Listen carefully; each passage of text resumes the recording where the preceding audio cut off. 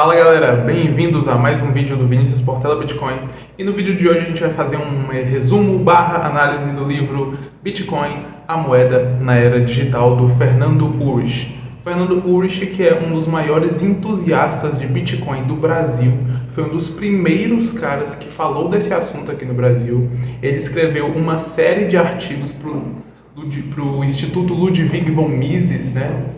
E assim, é um cara inteligentíssimo, ele tem um canal aqui no YouTube que é excelente, recomendo. Se você não conhece, vai lá, dá uma olhada no canal dele, porque o canal dele é excelente, ele fala sobre economia, sobre coisas que estão acontecendo no dia a dia, notícias, esse tipo de coisa.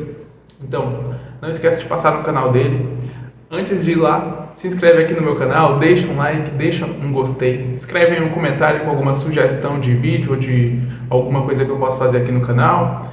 E assim, não esqueça que esse canal acabou de começar. Esse canal fala única e exclusivamente de Bitcoin, apenas de Bitcoin. Aqui não tem shitcoin, não tem altcoin, não tem memecoin, certo? Então, se você se interessa por esse assunto, seja um dos primeiros inscritos desse canal, faça parte da história dele, porque ele está só começando. É isso aí. Então, vamos direto para a análise do vídeo.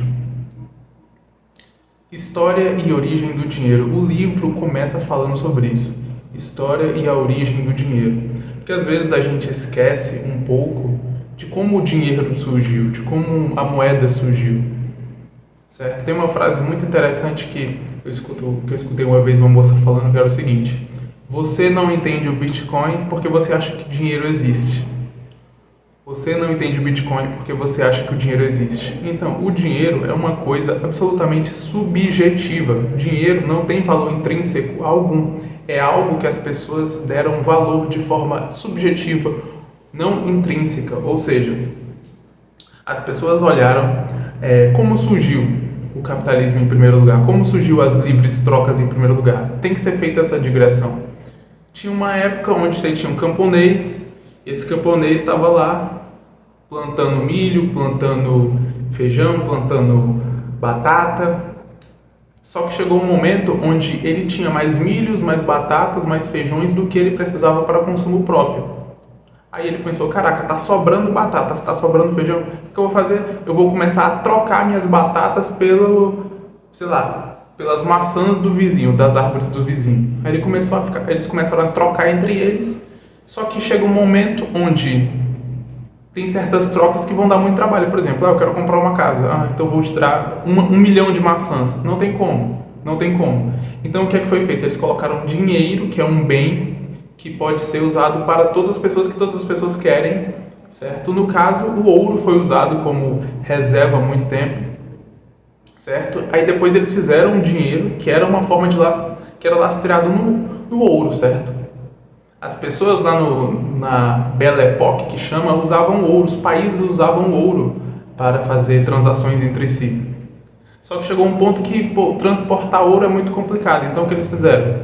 Eles pegaram basicamente um papelzinho, um contratozinho e falaram: gente, agora esse papelzinho significa 1 quilo de ouro, esse papelzinho aqui significa 100 gramas de ouro, esse papelzinho aqui significa 10 gramas de ouro. E foi assim que surgiu o dinheiro. Foi assim que surgiu o dinheiro. Que era basicamente uma forma de transportar ouro com mais facilidade. Só que aí quando chegou lá na década de 70, mais ou menos, o governo americano chegou e falou: então, eu vou simplesmente imprimir quanto papelzinho eu quiser, com lastro no nada. Fazendo assim com que os gastos do governo pudessem ser muito aumentados. O Estado é tão gigante, é um colosso, é um leviatã tão grande em basicamente todos os países do mundo hoje, entre outros motivos, por causa do dinheiro, por causa do monopólio do dinheiro. Porque o Estado, ele imprime bastante, imprime, paga todas as contas dele e você paga as contas do governo por meio da inflação. Ele faz uma expansão massiva na base monetária e você paga essa conta a partir da inflação. Geralmente, os governos fazem isso em momentos que eles estão com crise. Por exemplo, os Estados Unidos tomou todo o ouro da população deles na crise de 29, no New Deal. Então, assim, eles expandem toda a base monetária dele para poder pagar a conta, para poder pagar as crises que eles mesmos fazem, certo? E depois, você que tem que pagar a conta. E o Bitcoin, como o livro mesmo descreve, surge lá em 2008, criado por Satoshi Nakamoto para tentar combater isso daí. Para tentar chegar e falar, não, peraí gente, isso daqui não é dinheiro, isso aqui não é mais dinheiro, isso aqui é fraude. O que o governo está fazendo é fraude. Como é que você pode permitir um negócio desse? E essa ideia já tinha sido pensada por outros ideólogos, por outros intelectuais da escola austríaca antes. Por exemplo, o Hayek, no livro dele, A Desestatização do Dinheiro, ele já cita isso. Ele já fala, olha, a gente vai ter que tirar o dinheiro do Estado, porque o Estado tem um monopólio desse ativo e ele está falsificando em cima da galera. E assim, agora vai a minha opinião pessoal, eu acho que é só questão de tempo. No futuro, nossos netos, nossos bisnetos vão entender que, da mesma forma que o Estado é separado da religião, a partir de um Estado laico, no futuro o Estado será separado do dinheiro. No futuro o Estado será separado do dinheiro, certo? Então, o Bitcoin surge assim, como uma alternativa ao sistema Fiat que a gente tanto fala. Em todos os vídeos eu falo isso. Sistema Fiat, sistema Fiat, sistema Fiat. O que é isso? É a moeda do governo. É a moeda fiduciária, a moeda que o governo vai lá e imprime, sem lastro, sem nada. E dessa forma falsifica o dinheiro das pessoas de outra forma. Ele fala sobre, terceiro ponto, ele fala sobre tecnologia do blockchain. Assim, o blockchain é uma coisa muito simples. Pode parecer difícil, pode parecer complicado, mas é uma coisa muito simples. Imagina que eu estou fazendo compras no mercadinho da minha rua. Aí esse mercadinho, ele fala para mim o seguinte, olha, você pode vir aqui fazer suas compras, aí no final do mês, vou juntar todo o valor das suas compras e você paga inteiro de uma vez.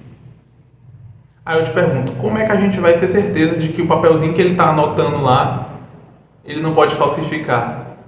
Aí faz o seguinte, ele me dá um livro razão e fica com o livro razão para ele. Aí eu anoto e ele anota, certo? Eu anoto e ele anota. Aí o que acontece? No final do mês, o nosso livro razão tem que estar batendo. O meu e o dele. Se você colocar mais pessoas ainda nessa equação, fica mais difícil ainda de alguém fraudar. Porque se um fraudar, botar menos ou botar mais, os outros do grupo vão acusar. Certo? O Bitcoin tem os nós, que são basicamente pessoas que estão lá com o livro razão, checando se todas as transações foram corretas e está tudo certo. Mesmo que um desses nós deseje fraudar, os outros vão falar, olha, isso aqui não pode. É basicamente essa blockchain, certo? Aí o que é que tem? Tem lá os livros razões, aí esse livro razão está encadeado em outro, que está encadeado em outro, que está encadeado em outro e tal, e por isso que tem o chain, basicamente. E ele está dentro de várias camadas de criptografia, então não tem como você hackear isso daí, não tem como você fraudar isso daí, porque está envolto de camadas de criptografia em cima, uma em cima da outra. Então acaba sendo uma coisa muito difícil, né? Uma coisa muito difícil de hackear. 4. Mineração de bitcoins. Então o livro ele fala sobre mineração, fala sobre o halving, fala sobre a questão do Bitcoin ter um número de mineradores e ele dá recompensas em Bitcoin para esses mineradores para poder a rede funcionar, para a rede se sustentar de forma descentralizada, né?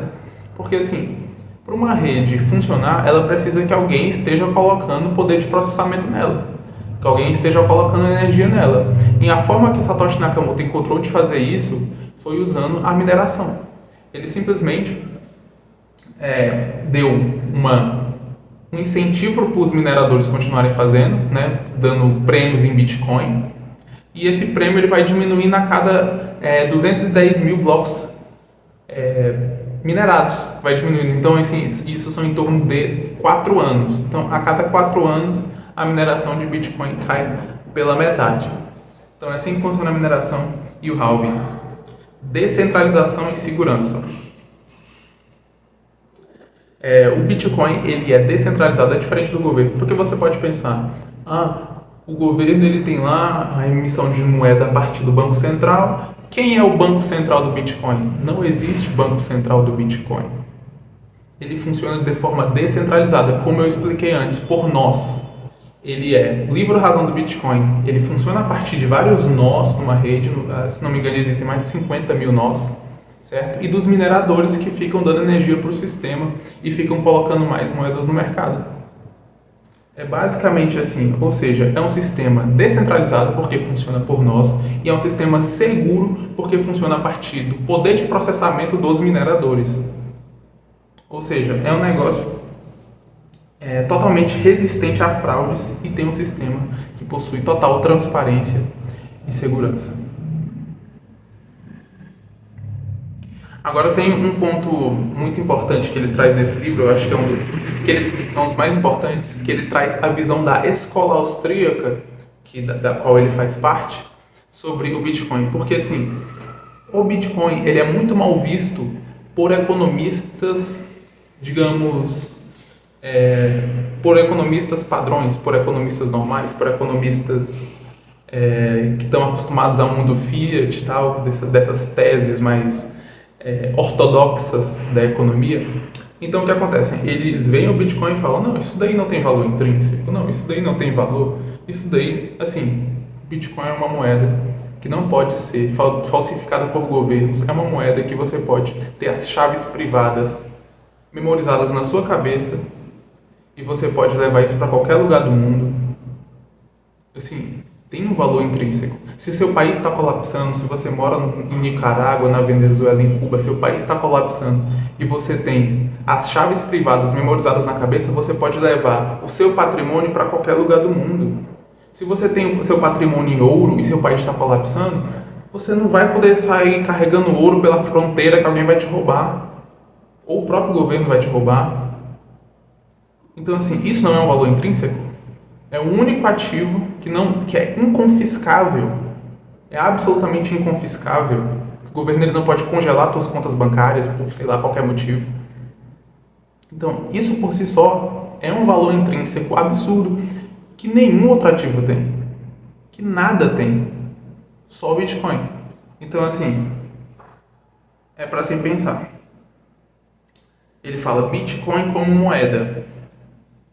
Exatamente, como meio de troca. Assim, ele aponta os desafios de adoção em larga escala devido à volatilidade e escalabilidade.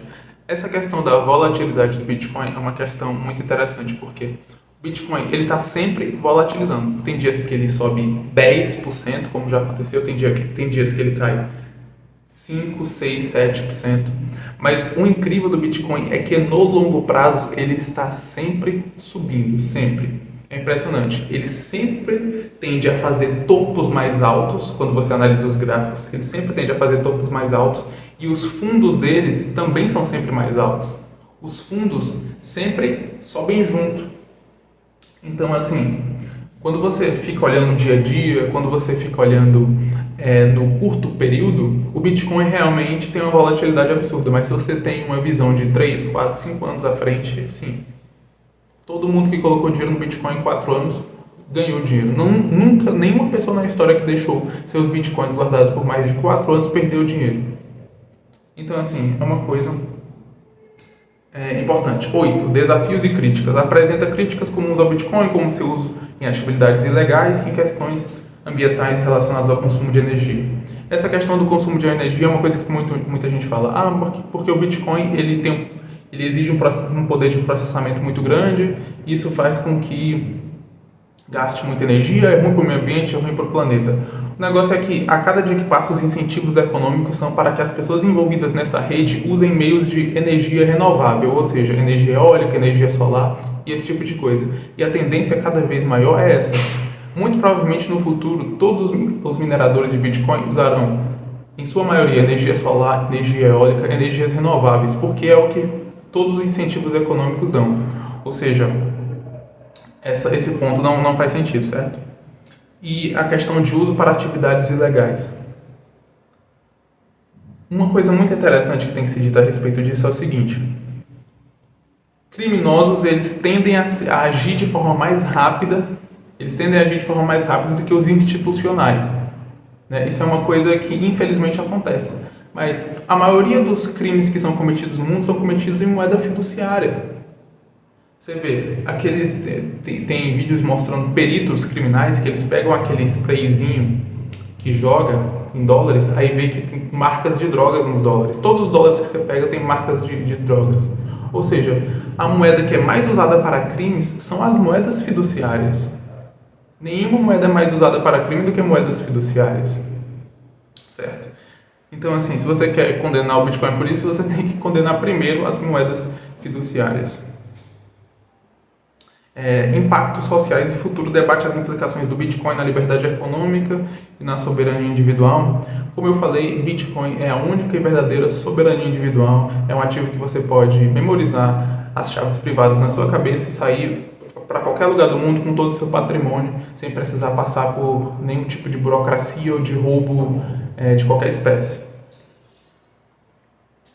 Oferece uma visão de como o Bitcoin pode moldar o futuro dos sistemas monetários da economia global, certo? E, como conclusão, reafirma a importância do Bitcoin como um fenômeno que desafia o sistema financeiro tradicional, convida a reflexão sobre a busca por uma moeda verdadeiramente livre e descentralizada. Então é isso. Esse foi o resumo e análise do livro Bitcoin, a moeda na era digital, do Fernando Ulrich. Se você gostou desse vídeo, não esquece de deixar um like. Se eu falei alguma imprecisão ou se você tem uma sugestão sobre algum vídeo, alguma coisa, escreve aí nos comentários que eu respondo todo mundo. Esse canal é um canal pequeno ainda, então se inscreva para fazer parte da história do início desse canal. Então eu respondo todo mundo nesse canal, todo mundo que comenta. Então deixe seu comentário positivo aí para nós, tá? Obrigado por ter assistido esse vídeo e valeu, falou!